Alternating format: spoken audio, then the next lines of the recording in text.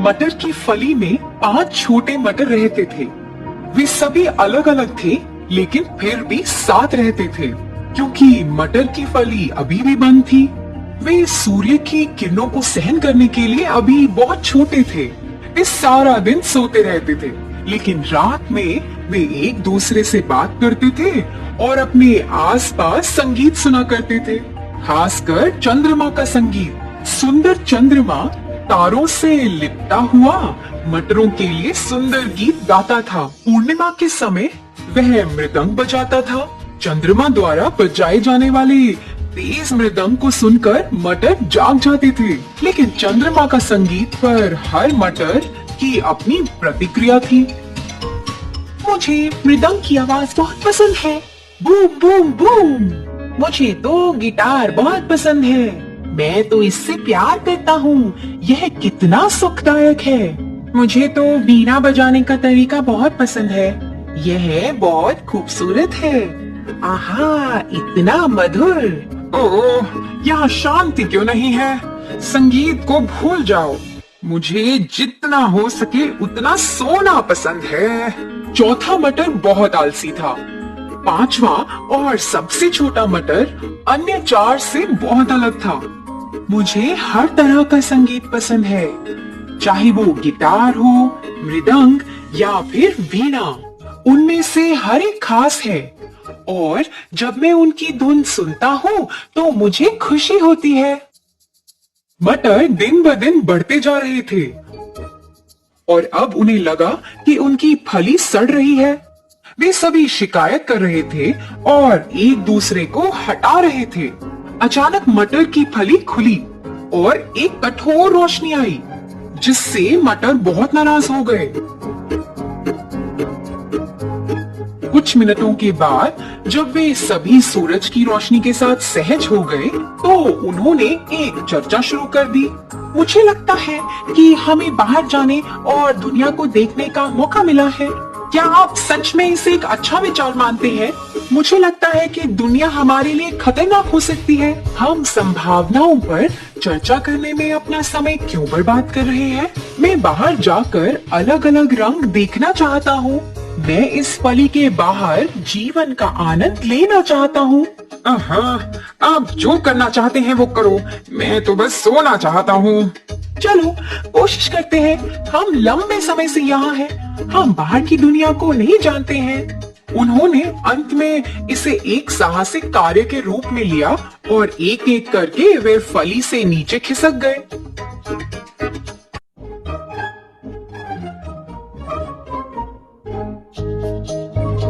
वे सभी मटर के ढेर पर उतरे। वाह, वो तो कितना सुंदर है। अरे देखो, हम जमीन से इतनी ऊंची एक शाखा पर बैठे हैं। जैसा कि वे नई दुनिया के बारे में बात कर रहे थे, वे देख रहे थे कि एक लड़का उन्हें देख रहा है। ये मटर मेरे गुलेल के लिए एकदम सही लगते हैं, मुझे उन्हें भी उठाना चाहिए। लड़के ने एक एक कर सभी को उठाया। पहला मटर आकाश में बहुत दूर उड़ा, दूसरे मटर तो उसे देख भी नहीं पाए। ओह, मैं मरने जा रहा हूँ। फिर लड़के ने अपनी गुलेल के साथ दूसरा, तीसरा और चौथे मटर को एक एक करके दूर फेंका। मटर चीख रहे थे जैसे वे जाने कहां उड़ रहे हो। फिर सबसे छोटा मटर उड़ा। वाह, मैं तितली की तरह बादलों में उड़ रहा हूँ। मुझे एक ऐसी जगह ले चलो जहां मैं महान जीवन जी सकूं। सबसे छोटा मटर एक खिड़की पर उतरा।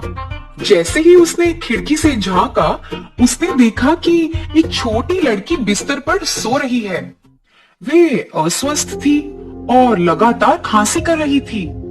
उसकी माँ उसे खाने के लिए कह रही थी, मेरी बेटी, कुछ खाने की कोशिश करो, ये तुम्हें बीमारी से लड़ने की ताकत देगा।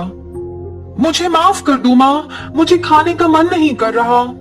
अगर तुम नहीं खाओगी तो कैसे मजबूत और स्वस्थ बनोगी? मटर ने देखा कि माँ छोटी लड़की को खिलाने की कोशिश कर रही थी, लेकिन लड़की खाने के लिए बहुत बीमार थी। लड़की के लिए माँ बहुत चिंतित लग रही थी। रात में जब लड़की सो गई तो मटर ने लड़की की माँ और उसके लिए प्रार्थना की और वह उनके लिए बहुत दुखी भी हुआ। वह मदद करना चाहता था। देर रात मटर ने खिड़की के माध्यम से कमरे में प्रवेश किया। चंद्रमा की रोशनी के साथ मटर ने लड़की के लिए मृदंग के साथ एक गीत गाया।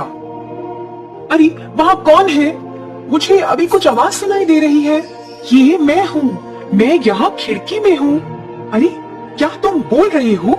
मैंने पहले कभी मटर बोलते हुए नहीं देखा। मैं गा भी सकता हूँ। मैं आपके लिए चंद्रमा के मृदंग के साथ एक गीत गा रहा था। क्या? चांद का मृदंग? मैंने तो इसे सुना नहीं। आपको एक विशेष मटर होना चाहिए। इस दुनिया में हर कोई विशेष है और हर चीज में कुछ संगीत है। हमें सिर्फ ध्यान से सुनना है। आपके कहने का ये मतलब है कि मैं चांद का मृदंग सुन सकती हूँ? इस दुनिया में सब कुछ संभव है यदि आप विश्वास करते हो। ओह हाँ, मुझे लगता है कि अब चंद्रमा की मृदंग को सुन सकती हूँ मैं। लेकिन एक चीज है जो मेरे लिए संभव नहीं है। वो क्या है? मैं इस बीमारी से ठीक नहीं हो पाऊंगी। ओह, ऐसा मत कहो कि क्या होगा। अगर मैं एक मटर के अलावा कुछ और बन सकूं तो तब आप फिर से बेहतर बन सकते हैं। लेकिन आप केवल एक मटर हैं। आप और क्या बन सकते हैं? खुद पर विश्वास रखें और आप कुछ भी कर सकते हैं। अगर मैं कुछ और बन जाऊं तो क्या आप मानेंगे कि आप ठीक हो सकते हो? हाँ ठीक है। सुबह जब लड़की जाग गई तो उसे मटर के साथ बातचीत याद आई। वह खिड़की के पास मटर को तलाश रही थी, लेकिन वो तो वहाँ नहीं था। ये कितना सुंदर है। जैसा कि मटर ने कहा, क्या मैं ये नहीं मान सकती कि मैं ठीक हो सकती हूँ? मुझे लगता है कि मैं बेहतर हो जाऊंगी। इसी बीच सबसे छोटा मटर उसे प्रेरित करना चाहता था। वह खिड़की के बाहर रहा और कुछ दिनों तक धूल में लिपटा रहा।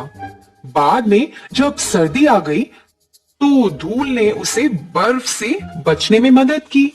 हर दिन वह खुद को अपने लक्ष्य की ओर धकेल रहा था।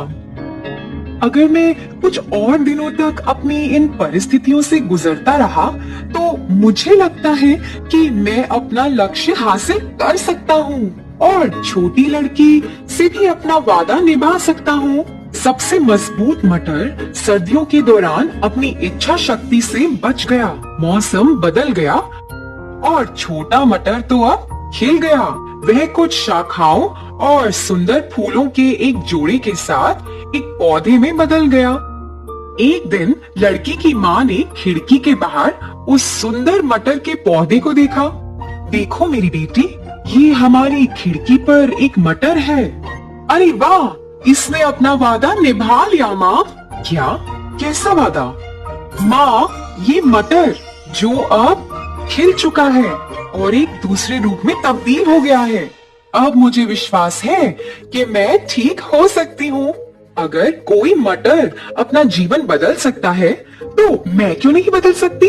हाँ हाँ मेरे बच्चे, बेशक आप जल्दी बेहतर होंगी। लड़की मटर के पौधे को देखकर मुस्कुराई। उसकी माँ ने उस पौधे को धन्यवाद दिया और हर दिन उसकी अच्छी देखभाल की। कुछ दिनों बाद छोटी लड़की पूरी तरह से ठीक हो गई, क्योंकि वह खुद और मटर में विश्वास करती थी। पाई पाइपर की कहानी। कई साल पहले जर्मनी में था एक छोटा सा नगर, हैमलिन नामक। हैमलिन के लोग आपस में खुशी से और शांति से रहा करते थे। वहाँ की फसल भी अच्छी खासी थी और लोग तरक्की में थे। सुबह से शाम तक लोग गाने और मनोरंजन में मग्न रहते थे। परंतु एक दिन सब कुछ बदल गया। शहर में एक बहुत बड़ी मुसीबत छा गई, चूहों की।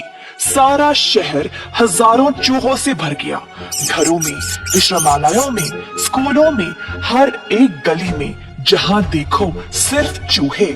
लोगों को जल्द इस समस्या का हल निकालना था। शहर के नागरिक इन चूहों की वजह से बीमार पड़ने लगे। खाना पानी सब भ्रष्ट होने लगा। शहर के मेयर साहब ने कई बैठकों का प्रबंध भी किया इस समस्या के बारे में चर्चा करने के लिए। पहले सबने सोचा कि बिल्लियां इन चूहों को भगा निकालेंगी,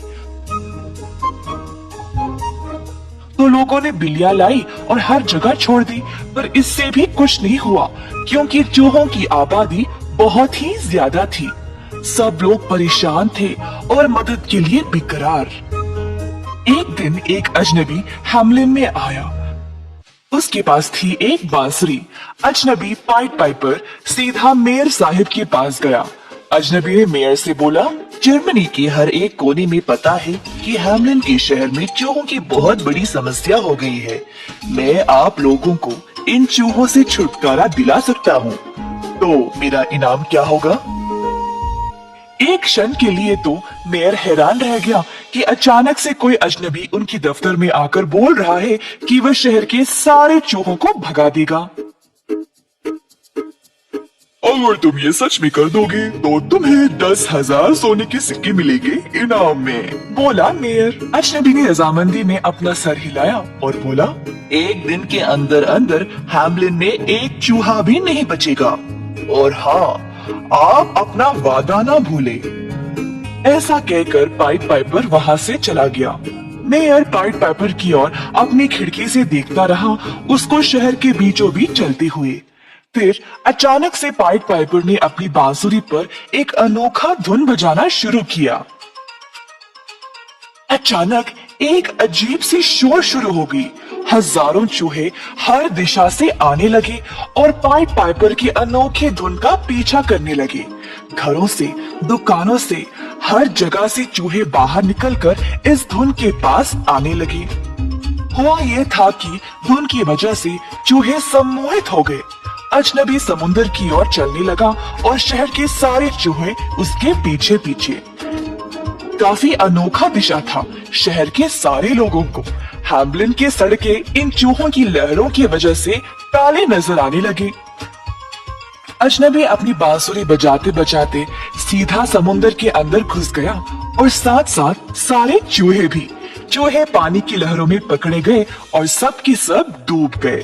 इस तरह पाइट पाइपर ने अपने वादे अनुसार हैम्लिन को सारे चूहों से मुक्त कर दिया। अजनबी शहर वापस आया और मेयर के पास गया अपने 10,000 सोने के सिक्के लेने के लिए। मेयर और शहर के सारे लोग ये नजारा देखकर बहुत खुश हो गए, पर मेयर ने अपनी जुबान बदल डाली। उन्होंने कहा, तुमने बहुत ही बढ़िया काम किया है, पर एक दिन के काम के लिए 10,000 सिक्के कुछ ज्यादा ही है। मैं तुम्हें केवल 500 सिक्के दूंगा। और बेवकूफ मेयर ने उसको अंत में एक बूटी कौड़ी भी नहीं दी। अजनबी ने मेयर की ओर गुस्से से देखा और कहा, अब मैं एक और धुन बजाऊंगा और आप इसके अंजाम से खुश नहीं रहोगे, देख लेना। सड़क के बीचों बीच जाकर उसने अपनी बांसुरी फिर से बाहर निकाली और बजाना शुरू किया। इस बार अजनबी ने कुछ अजीब सी धुन बजाई। हैम्लिन के सारे बच्चे जो थे अचानक से अपना काम काज, खेलना कूदना बंद कर दिए। एक एक करके पाइट पाइपर के पीछे जाने लगे। अजनबी शहर से बाहर निकल गया और कहीं दूर पहाड़ों में गायब हो गया, और उसके साथ साथ हैम्लिन के सारे बच्चे भी। बच्चों के माँ बाप रोने लगे। उस अजनबी ने हमारे बच्चों को कहाँ लिया है? शिकायत की सबों ने मेयर साहब के पास। मेयर असहाय था। उसको पता था कि उसने अजनबी को धोखा दिया है। अजनबी हैम्लिन वापस तो आ गया, पर बच्चे नहीं। मेयर तुरंत उसके पास गया माफी की भीख मांगने के लिए। उसने बहुत विनती की बच्चों को वापस ले आने के लिए, पर बिना कुछ कहे पाइट पाइपर बस मुड़कर वहाँ से चला गया। शहर के सारे लोग मेयर के दफ्तर के बाहर आ खड़े। सबने उन्हीं की ओर उंगली उठाई। हमारे बच्चे कहाँ हैं? मेयर शर्मिंदा होकर बस चुपचाप खड़ा रहा। अब तुमको ही ढूंढना पड़ेगा। हमारे बच्चों को वापस ले आओ। मेयर शहर से भाग गया पहाड़ों की ओर। उसने सालों साल बिताए गायब हुए बच्चों को ढूंढते हुए। इस कहानी से हम ये सीखते हैं कि हमेशा अपने दिए गए वादों को पूरा करें।